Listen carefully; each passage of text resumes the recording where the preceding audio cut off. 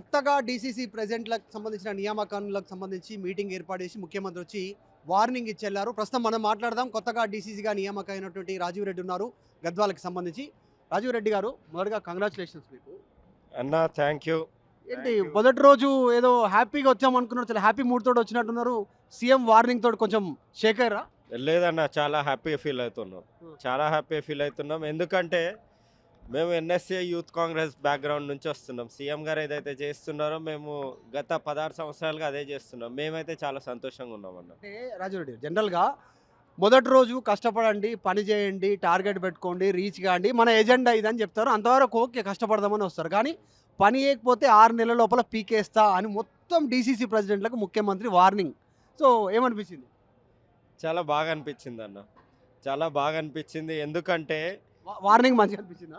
Warning చాలా బాగా అనిపించింది. ఎందుకంటే ఇదొక బాధ్యత అని చెప్పి సీఎం గారు గుర్తు చేశారు. గతంలో పీసీసీ ప్రెసిడెంట్‌గా ఉన్నారు.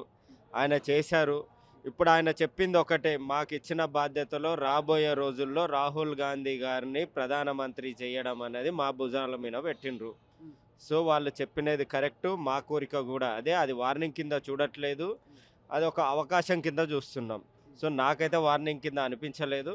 అది చాలా మజాక్‌గా చెప్పిండ్రు. ఇక్కడ ఇచ్చిన వాళ్ళంతా గతంలో కష్టపడిన వాళ్ళే. ఎవరికేమి ఊరికే రాలేదు. నాకు తెలిసినంత వరకు ఎవరు దీన్ని వార్నింగ్‌గా తీసుకోలేదు. అవకాశం కిందనే మిగతా వాళ్ళ సంగతి అంటే వేరే ఏమో గానీ, గద్వాల పరిస్థితి డిఫరెంట్. బీఆర్ఎస్ పార్టీ గుర్తు పైన, కారు గుర్తు పైన గెలిచి వచ్చినటువంటి ఎమ్మెల్యే బండ్ల కృష్ణమోహన్ రెడ్డి మీ దగ్గర జాయిన్ అయ్యిండు. ఆల్రెడీ మీ దగ్గర నుంచి పోటీ చేసేటోళ్ళు మీ దగ్గర ఎవరు? మీరు దాని మీదే కాన్సంట్రేషన్ చేసిర్రు. ఇంత గజిబిజి జిల్లా గద్వాల, దానికి డీసీసీ ప్రెసిడెంట్ మీరు. అందులో మళ్ళా కాన్స్టిట్యున్సీ ఎట్లా? మీరు చెప్పిన దాని ప్రకారం ఏంటంటే, నాకు పెద్దలతో డిస్కషన్ జరిగినప్పుడు ఉమ్మడి మహబూబ్‌నగర్ జిల్లాలో 14 అసెంబ్లీలుంటే, నీ జిల్లాలో మాత్రమే లాస్ట్ టైం కాంగ్రెస్ గుర్తు మీద పోటీ చేసిన వాళ్ళు గెలవలేకపోయిండ్రు.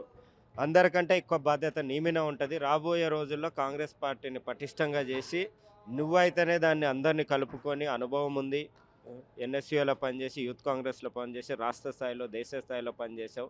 నువ్వైతేనే పార్టీని పటిష్టంగా చేయగలవు, కలుపుకొని పోగలవు అని ఇచ్చారు. అది నా బాధ్యతని నేను చాలా సంతోషంగా ఫీల్ అవుతున్నా. ఏం చెప్పిర్రు సీఎం? మొత్తం ఒక ఎజెండా ఫిక్స్ చేస్తున్నారు. ఎజెండాలో ఈవెన్ బతుకమ్మ అంటే ఇందిరమ్మ ఇందిరమ్మ చీరలు ఇవ్వకపోతే కూడా మిమ్మల్ని ఇస్తా అంటారు. ఒక్కరికి చీర రాకపోయినా కంప్లైంట్ వచ్చినా. సో ఏ అంశాలు ప్రస్తావించారు మొత్తం? సీఎం గారు క్లియర్‌గా చెప్పారన్నట్లు. ప్రతిదీ మాకిచ్చిన బాధ్యత ఏంటి, మేము చేయాల్సిందేంటంటే ఇది పవర్ కాదు, ఒక బాధ్యత. మన ప్రజాప్రభుత్వంలో ఏదైతే పథకాలున్నాయో, ఇప్పుడు రీసెంట్‌గా ఇందిరమ్మ చీరలు గూడా ఇచ్చినాము.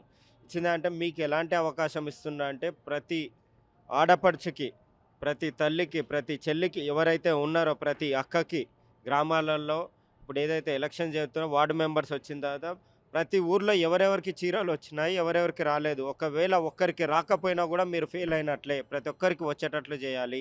అంటే పథకాలు ఏదైతే ఉన్నాయో ప్రతి గ్రామానికి, ప్రతి వార్డుకి, ప్రతి ఊరికెళ్ళి ఏ ఏ పథకాలు వస్తున్నాయి, ఎవరెవరికి రాట్లేదు.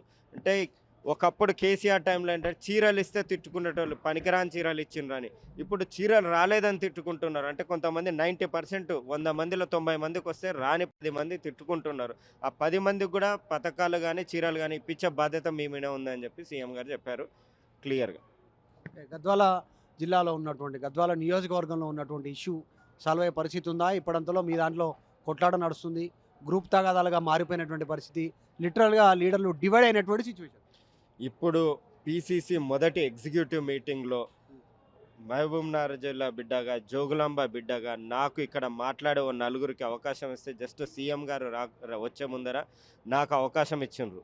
ఎందుకంటే ఇక్కడ ఇచ్చిన వాళ్ళని అన్ని రకాలుగా నాకు అవకాశం ఇస్తే ఆ అవకాశంలోనే నేను క్లియర్‌గా చెప్పిన జోగులాంబ గద్వాల జిల్లా అంటే ఏంటి, అందులో ఆ మీటింగ్‌లో అందరి ఎదురుగా ఒకటే చెప్పిన. ఈ ప్రపంచంలో అత్యంత సుందరమైన మంచి న నగరం గాని, సిటీ గాని, జిల్లా గాని ఏదైనా ఉంది అనంటే అది జోగులాంబ గద్వాల జిల్లా. అక్కడ క్లియర్‌గా చెప్పిన. అంతకంటే ఆ నడిగడ్డ అనేది ఎందుకొచ్చిందంటే ఒక సైడు తుంగభద్ర, ఒక సైడు కృష్ణా నది, అక్కడ అమ్మవారు, రైల్వే జంక్షన్ ఉంది, 2 హైవేలున్నవి. అక్కడ ఒక సైడ్ కర్ణాటక బార్డర్ ఉంది. ఇక్కడ ఆంధ్రప్రదేశ్ ఉంది. అక్కడ అభివృద్ధి కావడానికి జూరాల ప్రాజెక్ట్ ఉంది. పవర్ జనరేషన్ ఉంది. యువత ఉన్నారు. హ్మ్. రైతులున్నారు. వీటన్నిటిని కలుపుకుంటే తెలంగాణలో నంబర్ 1 జిల్లాను చేసేంత వరకు నేను నిద్రపోను. నాకిచ్చిన అవకాశాన్ని వదులుకోను. ఉండేది. ఇది మొదటి రోజు డిసిసి సమావేశాల సందర్భంగానే ముఖ్యమంత్రి గట్టిగా విషయం అన్న, వార్నిచ్చారు. ఆర్టీవీ తరఫున మీరు ఇప్పుడు అడుగుతున్నారు కాబట్టి ఫస్ట్ మీతోనే మాట్లాడుతున్నాను. మీ ఎగ్జిక్యూటివ్ మీటింగ్ ఈ నియామక పత్రం తీసుకున్న తర్వాత మీతోనే మాట్లాడుతున్నాను. మీ ద్వారా మీ టీవీకి చాలా రీచ్ ఉంది కాబట్టి నేను చెప్తున్నాను, ప్రతి ఒక్క కాంగ్రెస్ కార్యకర్తకి, గద్వాల్లో ఉన్న ప్రతి ఒక్క కాంగ్రెస్ కార్యకర్తకి ఈ ప్రజాప్రభుత్వంలో ప్రతి ఒక్క గద్వాల్ వాసికి నేను ఒకటే చెప్తున్నా, మీ అందరితో పార్టీలకు అతీతంగా మీ అందరితో కలిసి పనిచేయడానికి నేను రెడీగా ఉన్నా. మీ సలహాలు సూచనలు తీసుకోవడానికి రెడీగా ఉన్నా. వయసులో చిన్నవాడినైనా అనుభవం చాలా ఉంది.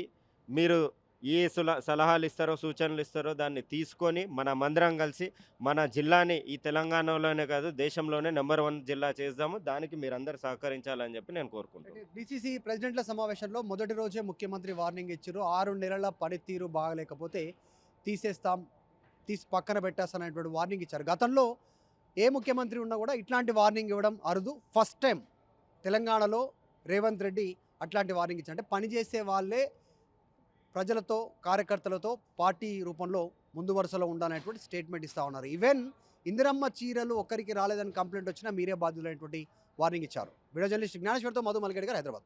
చరిత్ర సృష్టించినోడు ఇప్పుడు ఆ చరిత్రని తిరగరాయబోతున్నాడు. అబద్ధాల గోడల్ని బద్దలు కొట్టి నిజాలను రాగా మీ ముందుంచబోతున్నాడు. నిజమైన వార్తల కోసం వెంటనే డౌన్లోడ్ చేసుకోండి రా యాప్ని.